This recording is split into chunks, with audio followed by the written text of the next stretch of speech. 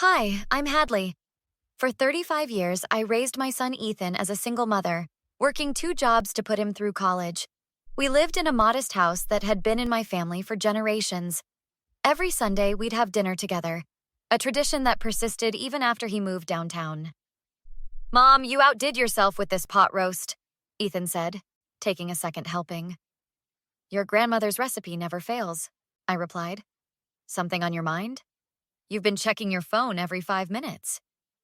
Ethan's fingers drummed against the table. Actually, I've been meaning to tell you something. Remember that app I developed in grad school? The investment one? With the funny name? Cash Crafter. He corrected, his voice impatient. Well, FinTech Global just bought it. Deal closed yesterday. I nearly dropped my fork. Bought it? For how much? His face broke into a wide grin. $60 million. $60 million? I whispered, reaching for his hand across the table. Oh, Ethan, that's incredible. I know, he said, pulling his hand back to check his phone. Doesn't feel real yet. Over the next 2 weeks, I barely saw Ethan. When I called, his assistant answered. When I texted, I got one-word replies. Then came the Sunday when he didn't show up for dinner. I called his best friend Trevor. You haven't heard? Trevor's voice cracked. Hadley, I thought he would have told you himself. Told me what? Ethan bought the Hendricks estate. That mansion on Lakeview Drive. He moved in 3 days ago. My stomach dropped. He never mentioned it.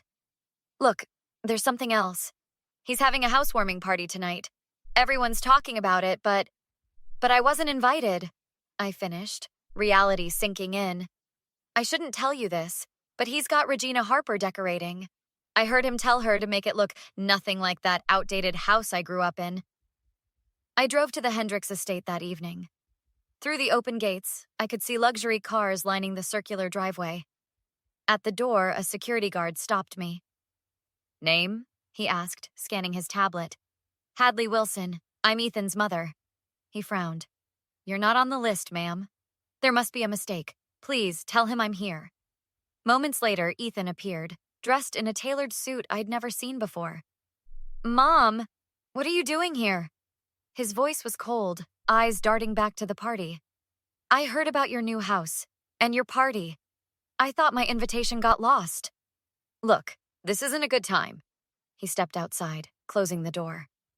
I'm entertaining important people. And I'm your mother. Ethan sighed, running a hand through his styled hair. Things are different now, Mom. I'm different. I've got a new life, new connections. And no room for the woman who raised you? It's not personal, he said, though everything about his stance said otherwise. I just need space from the past. The past? Is that what I am to you now? A woman's voice called from inside. Ethan, darling, everyone's waiting. I have to go, he said, turning away. We'll talk later. When? I don't know. My assistant will call you. Then lower. Besides, I've been meaning to talk to you about the house. What about the house? It's in a prime location. I've had developers looking at the block. The old place is holding up a major deal. My blood ran cold. That old place is my home. It's technically my inheritance, Mom. His eyes met mine, unflinching. I need you out by the end of the month. My lawyers will be in touch. He went back inside, leaving me standing alone in the darkness.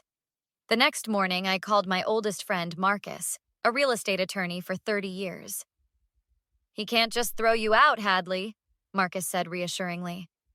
What exactly did your husband's will say? That the house would go to Ethan when he turned 35 or when I no longer needed it, I replied, flipping through the faded document. And who determines when you no longer need it? I suppose I do. Exactly, Marcus said. Has he spoken to you since last night? No, but his assistant called. Some investors are coming to look at the property tomorrow. Don't let them in, not without me present. I spent the afternoon going through old papers, finding the original deed and a letter from my husband I'd never opened. Inside was a handwritten note and another legal document. I immediately called Diana, my financial advisor. These provisions are fascinating, Diana said, her measured voice rising with interest. Your husband added conditions to Ethan's inheritance of the house. What kind of conditions? If Ethan sells for commercial development, 20% goes to the community center where you volunteer. She looked up. And he needs your written consent as long as you're living. So he can't sell without my signature? Not legally, and there's more. The original deed has historical protection clauses that make development nearly impossible. As I left Diana's office, my phone rang. It was Jack, Ethan's godfather and my husband's best friend. I just ran into Ethan at the club, Jack said. What's this about him throwing you out of your own house? It's true. He's changed, Jack. The money— No, I won't believe it, Jack interrupted.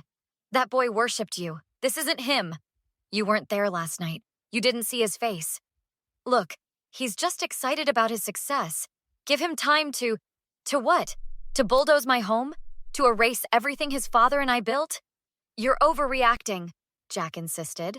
He mentioned some development deal, but surely— So you knew? And didn't tell me?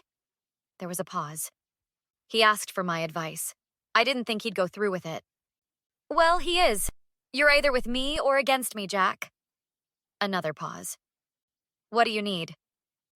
By evening, Sarah, a young lawyer Marcus recommended, sat at my kitchen table surrounded by papers. The good news, Sarah said, tucking auburn hair behind her ear, is that we have multiple avenues to block this. And the bad news? I asked. Your son has hired Grayson and Pierce. They're aggressive. I don't care who he's hired. This is my home. Here's what we'll do. Sarah leaned forward. First, an emergency injunction against development plans. Then, leverage the historical protection clauses. Will that be enough? Sarah smiled. No, that's just to buy time for the real plan. Which is, we'll use his own success against him. That app was developed on this property, using equipment purchased under your home equity line. Under IP law, that gives you a potential claim to a percentage of the proceeds. I don't want his money, I protested. You don't have to take it, Sarah replied. But the threat will make him think twice. When developers hear about potential complications with his $60 million, they'll run. 3 days later, Ethan showed up unannounced. What did you do? He demanded as I opened the door, face flushed with anger. Please come in, I replied calmly. Would you like coffee? I don't want coffee. I want to know why Landmark Development pulled out of our deal. I gestured to where Sarah sat with Marcus and Diana. My team can answer that. Ethan stopped short. What is this? An ambush? This is a conversation that's overdue, I said. You remember Marcus? And this is Diana and Sarah. Your financial advisor and— Who are you? Ethan directed at Sarah. Your mother's attorney, Sarah replied evenly. Please sit down. I don't have time. I have my own lawyers. Yes, Grayson and Pierce. Sarah nodded. I spoke with Judith Grayson this morning. She's interested in the documents we sent. Ethan's confidence faltered. What documents? Diana spoke up. Records showing Cashcrafter was developed using resources tied to this property. Resources that create a compelling case for your mother's partial ownership of the intellectual property. That's ridiculous, Ethan scoffed. I built that algorithm myself. In this house, I reminded him, on equipment I paid for, with my code, my ideas. While living rent-free, eating food I bought, using utilities I paid for, I continued, all documented in receipts going back years. Ethan turned to Marcus. This is insane. It's completely sound, Marcus replied. In fact, it's identical to the argument used in the Zuckerberg case. Ethan paced, running hands through his hair. What do you want? Money? Fine. Name your price. I don't want your money, I said quietly. I want my son back. He stopped pacing. What? The son who would never dream of throwing his mother out of her home? Who understood family over fortune? People change, Mom. This is business. No, I shook my head. This is betrayal.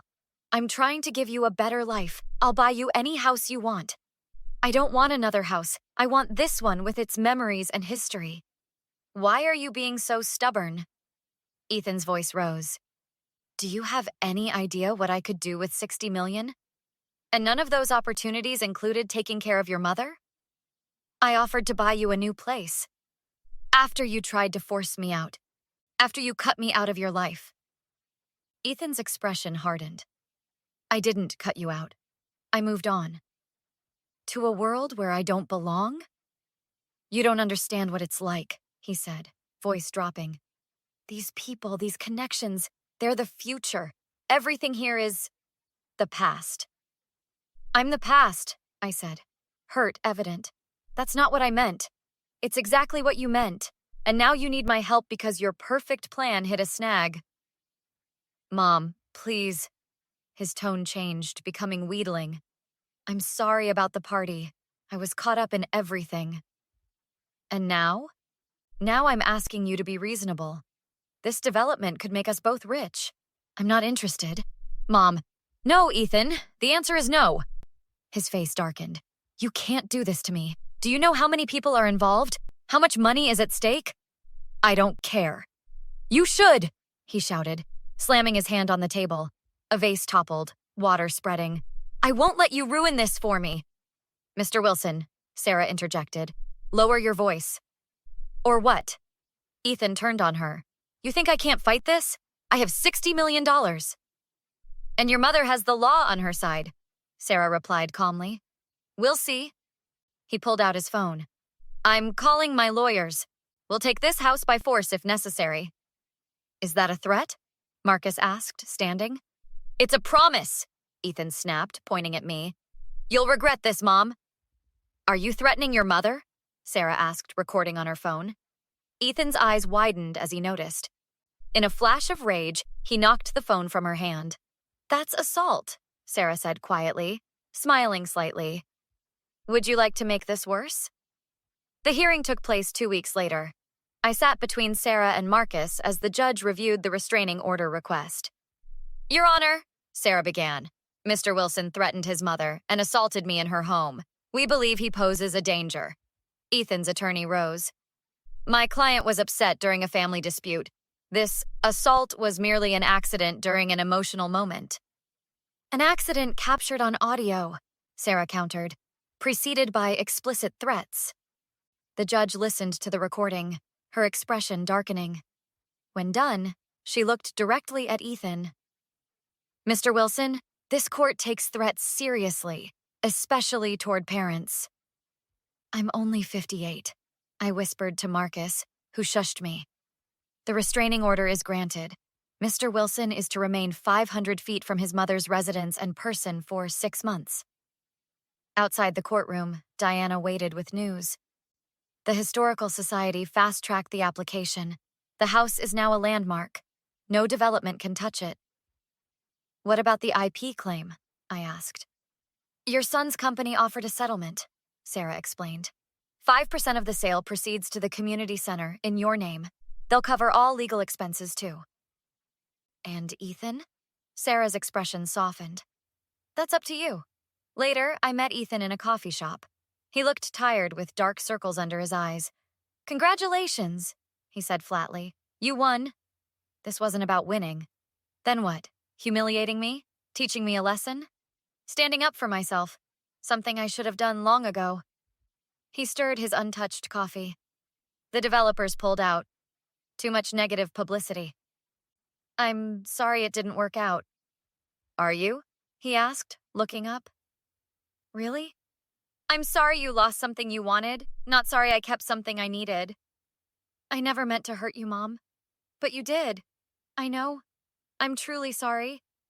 His eyes filled with tears. Can you forgive me? Can we fix this? Part of me, the mother who had bandaged his scraped knees, wanted to reach across the table, but the woman who had been discarded, who had fought for her dignity, held back. Some things can't be fixed, Ethan. Some bells can't be unrung. What are you saying? I'm saying I need time, a lot of it. But we're family, he insisted, desperate.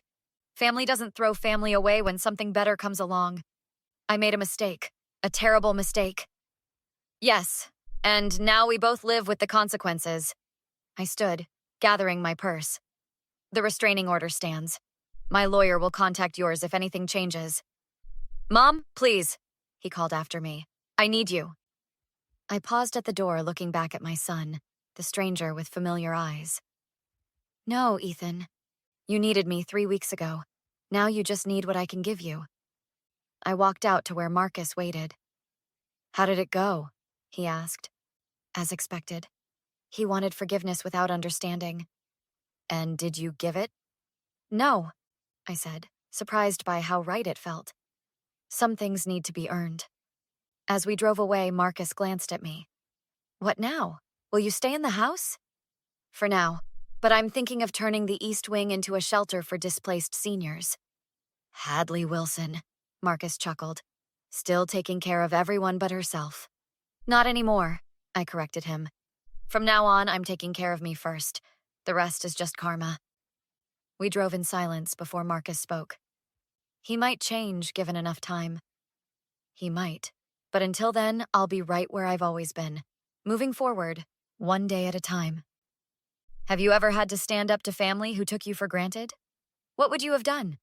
Let me know in the comments, and don't forget to like and subscribe for more stories.